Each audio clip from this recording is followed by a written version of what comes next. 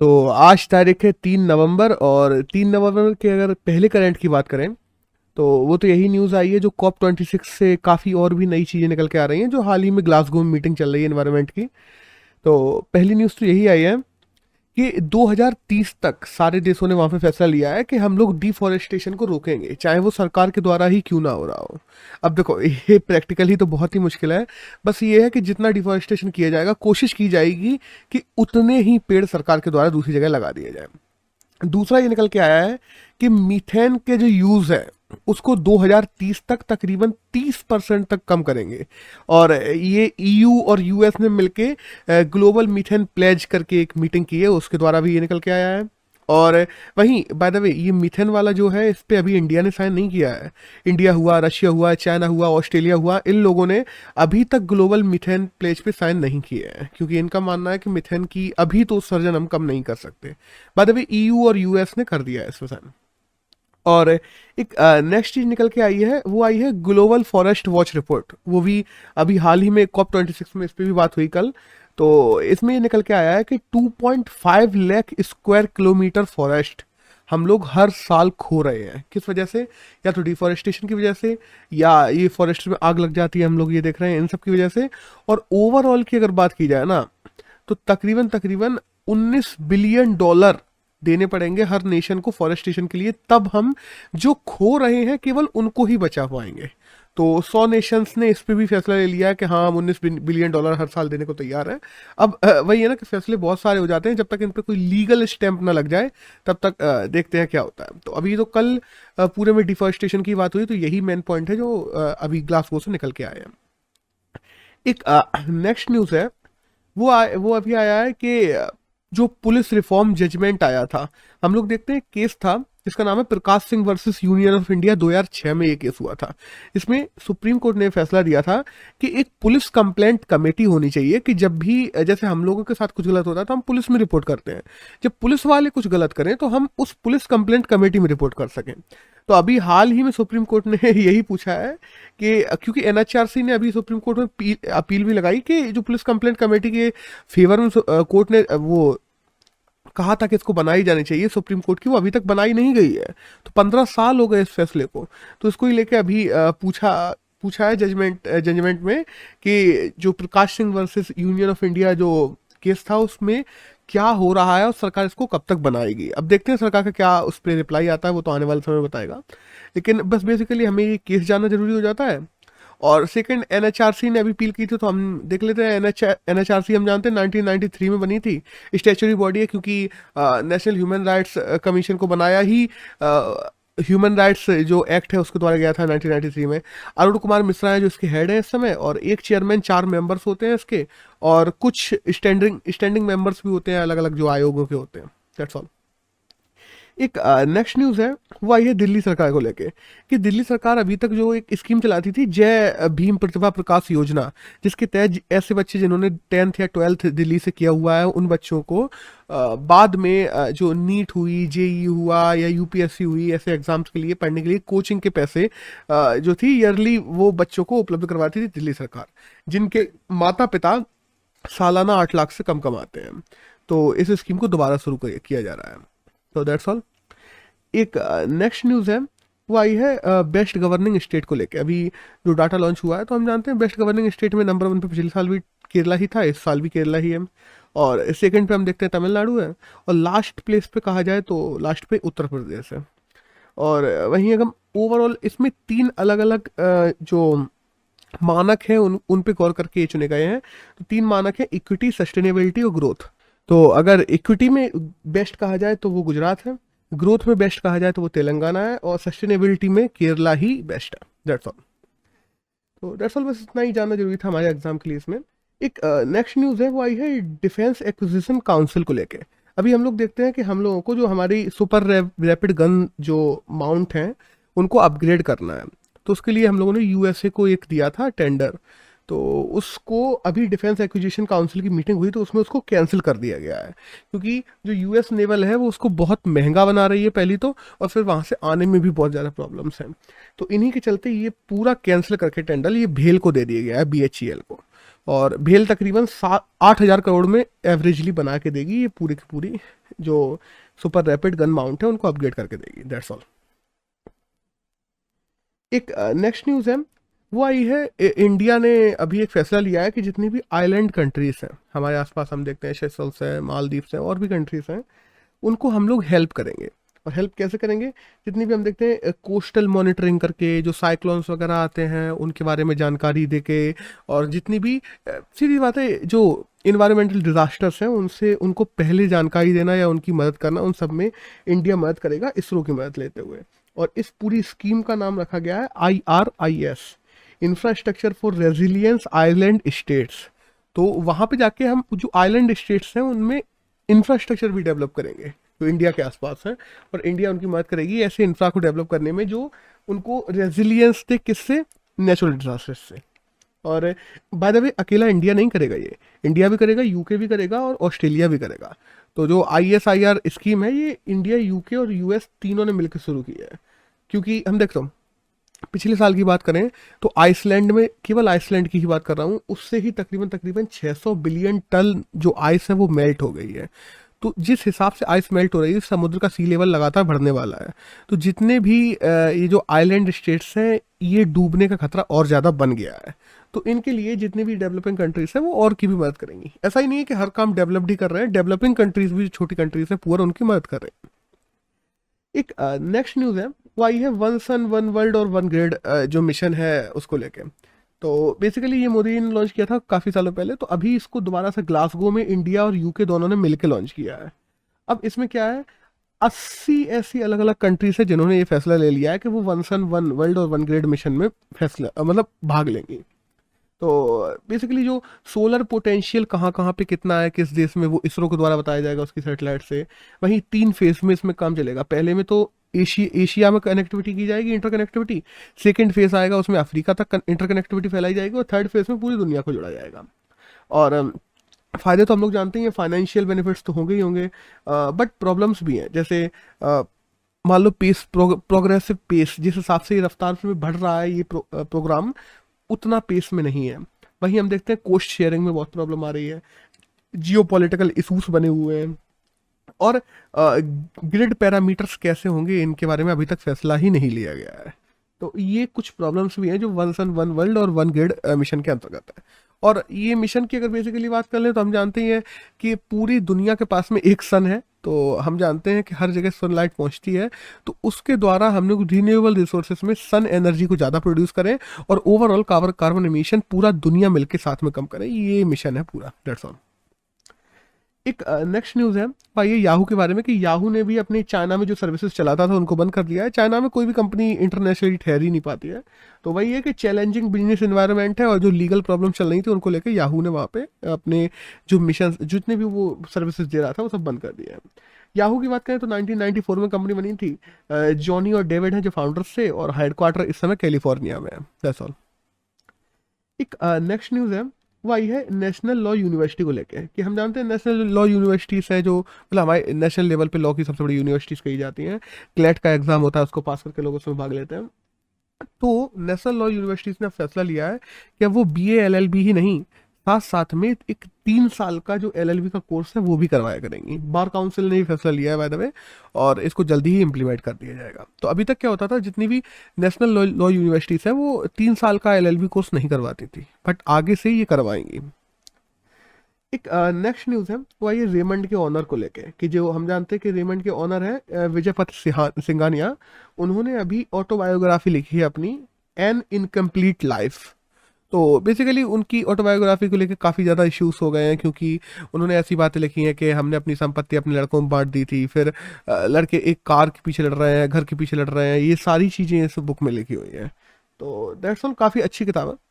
तो यही था न्यूज़ में, बस हमें ये जानना जरूरी है कि विजय पथ सिंघानिया की बुक कौन सी है। तो N incomplete life. That's all. एक नेक्स्ट न्यूज़ है वो आई है अभी जो मैच्योर पार्टनरशिप 2.0 है उसको लेके कि हम लोग जानते हैं कि मीथेन के लिए मीथेन पार्टनरशिप 2.0 लॉन्च की गई है, और basically United Nation Environment Programme के द्वारा लॉन्च की गई है। इसमें किया जा रहा है 60 ऐसी अलग अलग जो कंपनीज है, बड़ी बड़ी कंपनियां जो ऑयल या गैस प्रोडक्शन करती हैं, जो दुनिया का 30% गैस ऑयल प्रोडक्शन करती हैं, उनको साथ में लाया जाएगा और कोशिश की जाएगी जो मीथेन का प्रोडक्शन है उसको 30% तक कम किया जाए। तो बस हमें ये याद रखना जरूरी है कि मीथेन पार्टनरशिप 2.0 क्या है और ये किसके द्वारा चला जा रहा है। तो ये यूएनईपी के द्वारा चलाया जा रहा है, दैट्स ऑल। एक नेक्स्ट न्यूज़ है वो आई है अभी, जो ईयू और यूएसए में हम लोग जानते हैं कि जो स्टील एक से दूसरी जगह जाते थे, तो ट्रम्प के टाइम पे वहाँ पे ज़्यादा टैरिफ्स बढ़ा दिए गए थे। बदले में ईयू ने भी वहाँ से जो हार्ली डेविडसन से और बाइक से और चीज़ें आती थी उन पे भी टैरिफ बढ़ा दिए थे। तो अभी ये सारे टैरिफ यूएस ने वापस ले लिए हैं और ईयू ने भी जो सेक्शन 232 जो ड्यूटीज के तहत अपने टैक्स लगाए थे वो भी वापस ले लिए हैं। तो that's all. By the way, अगर स्टील की बात की जाए तो हम जानते हैं दुनिया का 50% स्टील का प्रोडक्शन अकेला चाइना करता है। एक नेक्स्ट न्यूज़ है वो आई है इन्वायरमेंटल ऑडिट के बारे में। इन्वायरमेंटल ऑडिट क्या है कि देखना कहाँ पे कौन कौन सी छोटी छोटी चीज़ें बदली जा सकती हैं, टेक्निकली या नॉन टेक्निकली, ऐसी चीज़ें जो हो रही हैं दुनिया में उनको बदलना। तो ये छोटी छोटी चीज़ें बदल दी जाएं जिनसे इन्वायरमेंट को हम लोग बहुत ज़्यादा फ़ायदा पहुंचा सकें। तो इस पूरी प्रोसेस को करना ही इन्वायरमेंटल ऑडिट कहते हैं। जैसे अलग अलग चीज़ों की ऑडिट होती है, हम लोग कहते हैं जांच परख, ऐसे ही इन्वायरमेंटल ऑडिट। तो लंदन डिज़ाइन म्यूजियम में जिसको ये ऑडिट करवाई गई हाल ही में, जिसमें कैसे हम लोग चेंजेस लाएं, कैसे हम लोग कार्बन फुटप्रिंट को बदलें, इन सब पे बात चल रही है हाल में। तो अभी वहीं पे यूके के द्वारा एक कार्बन कैप्चर स्टोरेज नया बनाया गया, उसको भी दिखाया गया कि 2030 तक वो लोग बना के तैयार कर लेंगे, जो तकरीबन तकरीबन 13 गीगावाट बिजली भी उत्पन्न करेगा और जिससे 5 लाख घरों में क्लीन एनर्जी से बनी बिजली भी पहुंचेगी और 1 मिलियन टन कार्बन जो CO2 है उसको कैप्चर भी करेगा। तो एक ही प्लांट इतने सारे काम करेगा, ऊपर से वो ग्रीन प्लांट भी है। तो ऐसे ही 300 अलग अलग प्रोजेक्ट हैं जो इस पूरे ऑडिट के अंतर्गत चलाए जा रहे हैं, दैट्स ऑल। तो आज के करंट तो यहीं खत्म होता है, बस यहाँ से एडिटोरियल शुरू होते हैं। तो पहला जो एडिटोरियल आया है वो आया है फेडरल गवर्नमेंट के ऊपर। देखो, हमने हमेशा से सुना है कि सरकारें, फेडरल गवर्नमेंट या सेंट्रल गवर्नमेंट जितना पैसा बेचती है अंतिम व्यक्ति तक वो पैसा पहुंचता नहीं है। आमतौर पर सेंट्रल गवर्नमेंट जो पैसा देती है उसका आउटपुट अंतिम व्यक्ति तक पहुंच नहीं पाता और इसका पूरा दोष दिया गया है इस आर्टिकल में फेडरल स्ट्रक्चर के ऊपर। अब ये सब है क्या, अपन इसके बारे में जानते हैं।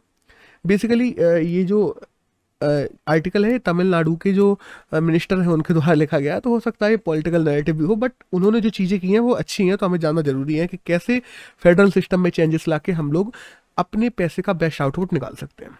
देखो, बेसिकली जैसे मान लो केंद्र सरकार ने एनडीआरएफ और एसडीआरएफ को 2015-16 में तकरीबन 1800 करोड़ रुपए दिए थे, बट वो 1800 करोड़ रुपए, जैसे देखो बजट आता है फरवरी में, अप्रैल में उन लोगों के पास में फाइनेंस पहुंच जाता है और मतलब ओवरकम हो जाता है, अप्रैल में अलॉट हो जाते हैं, फिर उसके बाद में बजट पहुंच गया। बट बाद में जो बजट के आउटकम होता है, जो आउटकम बजट होता है वो 2-3 साल बाद आता है।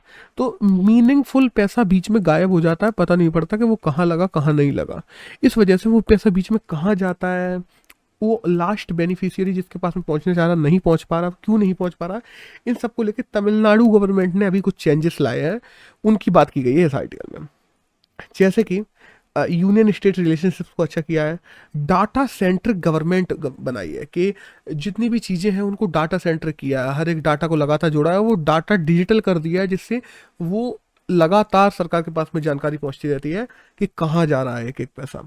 पब्लिक एसेट्स जो होते हैं उनको ज़्यादा सही से संभाला है, रिस्क मैनेजमेंट को एक तरीके से गो थ्रू किया है, और वहीं हम देखते हैं कि जो रोल ऑफ लेजिस्लेचर है उसको भी बढ़ाया है। तो ओवरऑल अगर गवर्नेंस की प्रोडक्टिविटी की बात करें तो वो बढ़ गई है। वहीं अब ये है कैसे, देखो जैसे मानो कोई भी स्कीम की इम्प्लीमेंटेशन की बात की जाए, तो कोई भी स्कीम को इम्प्लीमेंट करने के लिए उसको बजट अलॉट कर दिया है राज्य सरकार ने, बट वो अगर बजट पहुंच गया है उस स्कीम के लिए उस पर्टिकुलर डिपार्टमेंट पे और उसने अलॉट नहीं किए, तो वो बजट क्या होता है, लैप्स हो जाता है। लैप्स होने के बाद वो सालों सालों उसी के अकाउंट में पड़ा है, वो लौट के ट्रेजरी में आ ही नहीं रहा है और सरकार यहाँ पे अपने घाटा दिखा रही है। तो वो जल्दी से जल्दी उसको वापस बुलाया जा सके, और जो लैप्स फंड है उसको ट्रेजरी में जितनी जल्दी आएगा सरकार के पास में उतना ज़्यादा फायदा होगा, भाई एक सरकार का पैसा बढ़ेगा। और यही तमिलनाडु गवर्नमेंट ने किया है, जितना भी लैप्स पड़ा फंड था उसको सरकार की ट्रेजरी में वापस बुलाया, जिस वजह से हाल ही में हम देखते हैं कि देखो चुनाव के टाइम तो पैसे कम कर दिए जाते हैं पेट्रोल डीजल में, लेकिन हाल ही में वैट को 3 रुपए तक कम किया है तमिलनाडु सरकार ने, जबकि चुनाव तो 1 साल ही हुए वहाँ पे हुए। तो ये कम कैसे किया है, ये ऐसे ही कम किया है कि जो वहाँ पे लैप्स फंड पड़ा था उसको वापस बुला लिया। तो जब वो ट्रेजरी में आया तो सरकार के पास पैसे बढ़ गए। जब सरकार के पास पैसे बढ़ गए तो उसने वैट कम कर दिया। तो एट द एंड आम इंसान को फायदा हुआ। वही हम देखते हैं कि जो डाटा ड्रिवन की हम लोग बात करें चीजें हैं, ठीक है, कि जो फेक, जब जब डाटा ही नहीं होगा तुम्हारे पास में तो लोग फेक आईडी कार्ड्स बनवा लेते हैं, फेक पेंशन भुगतान निकल आते हैं। तो उन लोगों को भी कम किया गया है, सरकार का पैसा बचा है इस सब चीज़ों से भी। वहीं हम बात करें एडवाइजरी की, तो डाटा सेंट्रिक जब चीज़ें होती हैं तो गवर्नमेंट की अकाउंटेबिलिटी बढ़ जाती है, क्योंकि डाटा लगातार आता रहता है। वो लोग, और वो डाटा पब्लिक डोमेन में है, ऐसा नहीं है केवल गवर्नमेंट के पास में है। तो जब वो पब्लिक डोमेन में होता है तो सरकार को एक अच्छा क्रिटिसिज्म भी मिलता है। जरूरी नहीं है कि उसके लिए 1 साल तक वेट कर रहे हैं फिर वो निकल के आ रहा है तब इकोनॉमिक्स उस पर सोच रहे हैं, नहीं। अगर कहीं पे डाटा का गलत यूज हो रहा है, कहीं पैसे का गलत यूज हो रहा है, तुरंत के तुरंत पता पड़ता है। तो उसके क्रिटिसिज्म को सरकार को झेलना और उन चीज़ों को सुधारना भी बहुत आसान हो जाता है तुरंत के तुरंत, और कम से कम नुकसान होता है जितना जल्दी पता पड़ता है। और ये ओवरऑल चीज़ें मिलके एक गुड गवर्नेंस को बनाती हैं, और जो एंड बेनिफिशियरी हैं उस तक फ़ायदा पहुंचाने को, उसको जितना भी पैसा सरकार के द्वारा दिया जा रहा है वो एंड बेनिफिशियरी तक कितनी जल्दी पहुंचता है और कितना उसे फ़ायदा पहुंचाता है, ये सारी चीज़ें उसमें ये सारी चीज़ें हैं जो उसमें रोल निभाती हैं, सीधी सी बात है। तो दैट्स ऑल, यही सब था इस एडिटोरियल में कि कैसे हम एंड बेनिफिशियरी तक सरकार के द्वारा दिया हुआ पैसे को और अच्छे तरीके से पहुंचाया जा सके और इस पैसे को कैसे यूटिलाइज किया जा सके। That's all. एक नेक्स्ट आर्टिकल आया है, वो है तमिलनाडु में जो 20% रिजर्वेशन है उसको लेकर, कि हाल ही में जो तमिलनाडु में मोस्ट बैकवर्ड क्लासेस को 20% आरक्षण दिया जाता है, उसी में से तकरीबन 9.5% आरक्षण काट के अभी जो फरवरी 2021 निकली है इसमें दिया जाने लगा था वर्नाकुलर क्षत्रिय लोगों को। और ये फैसला लिया था किसने? तमिलनाडु की लेजिस्लेचर ने। बट हुआ क्या, जब यह पूरा केस गया किसके पास में? वहां की कोर्ट के पास में, हाई कोर्ट के पास में। हाई कोर्ट ने इस 9.5% आरक्षण को अनकॉन्स्टिट्यूशनल ही ठहरा दिया। अब ये अनकॉन्स्टिट्यूशनल कैसे ठहराया है? देखो, हमारे यहाँ 102वां जो कॉन्स्टिट्यूशन अमेंडमेंट है 2018 वो पास हुआ था, और उसके द्वारा ये फैसला लिया गया था कि स्टेट गवर्नमेंट अब अदर बैकवर्ड क्लासेस किसको माना जाएगा किसको नहीं माना जाएगा उसके लिए एडवाइस कर सकती है सेंट्रल गवर्नमेंट को, बट तय करेगी कौन? Central government. अभी हाल में हम लोग देखते हैं कि उसके बाद में अभी 105वां कॉन्स्टिट्यूशन अमेंडमेंट जो अगस्त में किया गया है 2021 में, इसमें यह फैसला लिया गया कि हाँ अब स्टेट भी तय कर सकती है और सेंटर भी तय कर सकती है कि अदर बैकवर्ड क्लासेस कौन होंगी। बट यहां पे थोड़ा सा ट्विस्ट आ जाता है कि तमिलनाडु गवर्नमेंट के द्वारा फरवरी में ये फैसला ले दिया गया था, और सेंटर ने ये पावर जो वापस दी है स्टेट्स को कि ओबीसी को तुम भी चूज कर सकते हो, ये दी है अगस्त में। तो जब इन लोगों के द्वारा यह लागू किया गया 9.5% आरक्षण वर्नाकुलर्स को, तब इन लोगों के पास में ये पावर ही नहीं थी। तमिलनाडु गवर्नमेंट ने अपनी पावर से आगे निकल के ये काम किया है।